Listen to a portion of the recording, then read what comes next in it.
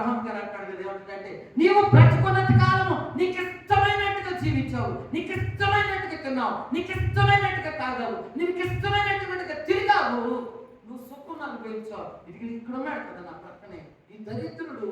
ఈ లాజరు ఏం చేస్తాడంటే భూమి మీద బ్రతుకుండగా కష్టం అనుభవించాడు, శ్రమను అనుభవించాడు, బాధను అనుభవించాడు, వేదనను అనుభవించాడు. ప్రభువుని మాత్రం విడిచిపెట్టలేదు. అక్కడ బ్రతుకున్నంత కాలం దేవుళ్ళలోనే ఉన్నాడు, దేవుళ్ళనే ఎదిగాడు, దేవుళ్ళనే బలపడ్డాడు, దేవుళ్ళనే చనిపోయాడు.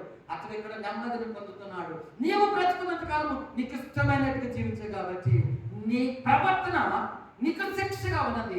ఈయన ప్రవర్తన నీకు ఆశీర్వాదకరంగా ఉన్నది. ప్రియమైన దేవుని బిడ్డ, మరి మన వల్ల మన బిడ్డలు కూడా మందిరంలో ఉండాలంటే మనం ఎక్కడ ఉన్నామండి?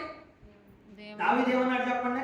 నేనైతే అమ్మ నేను ఎంత లెక్క తిరిగి కానీ నేను ఇక్కడికి వచ్చి చెప్పాలి, సమయం అయిపోతే త్వరగా చెప్పాలి. నేనైతే దేవుని మందిరం నేనైతే ఆయన పేరు ఎత్తుకున్నాడు, మీరైతే మీ పేరు ఎత్తుకున్నాడు. మీ పక్కన ఎవరి పేరు ఉండాలి చెప్పండి?